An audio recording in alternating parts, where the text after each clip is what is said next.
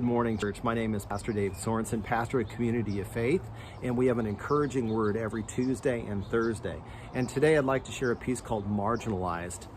And I'd like to share also a couple of scriptures. The first one and I'll share now, and then one at the very end.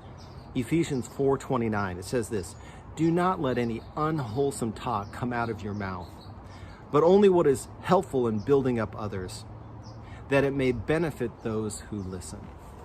Imagine our world that we live in right now. You don't hear a whole lot of wholesome talk. It's usually unwholesome in the church and outside the church, behind people's back, or even in front of them on Facebook and in a variety of different ways. It's horrible to see this, and it has disastrous results.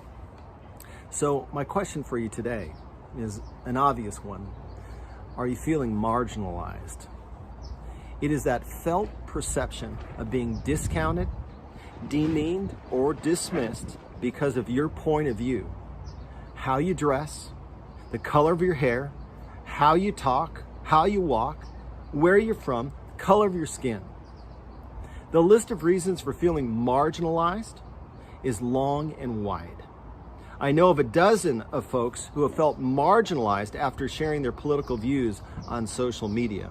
Many have been defriended as a result of honestly sharing their thoughts on hotly contested political, religious, or social issues. Even worse is the culturally acceptable defamation tactic of labeling an individual to shut them up. The tactic is used on both sides of the political aisle with, I believe, abysmal results. No matter where you are on a political or social spectrum, name calling, I believe, and labeling another human being only widens the gap. Sounds obvious, I know. As Christians, we need to stop intentionally or unintentionally marginalizing people by our words and our actions. We need to stop, and we need to get off the name calling and labeling bandwagon of today. Instead, we need to learn Jesus. Yes, learn Jesus, to treat people in the way Jesus treated them. And what does this mean, to learn Jesus? What I mean by learning Jesus is encountering Jesus in His Word, to spend time with Him in prayer and moving out to understand and love people like He did. And that's our job as a church.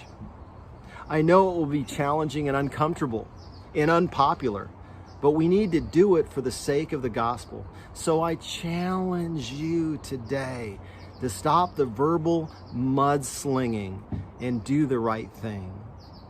And what is the right thing? First and foremost, I encourage you, go directly to God for wisdom, not to the internet or the favorite political TV show. And we often go there first and we get amped up. Instead of, I encourage you to get amped up by Jesus. Let's take the lead as followers of Jesus to do the right thing. Warning, I will tell you, it's not popular on either side of the political or social aisle. Final note, I'd rather be marginalized by my faith in Jesus Christ and my acts of love in His name than finding myself marginalized because of my political and social rants or perspective.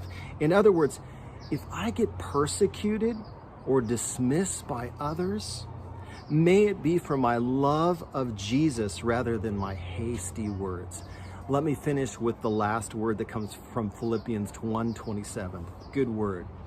Whatever happens, conduct yourselves in a manner worthy of the gospel of Christ.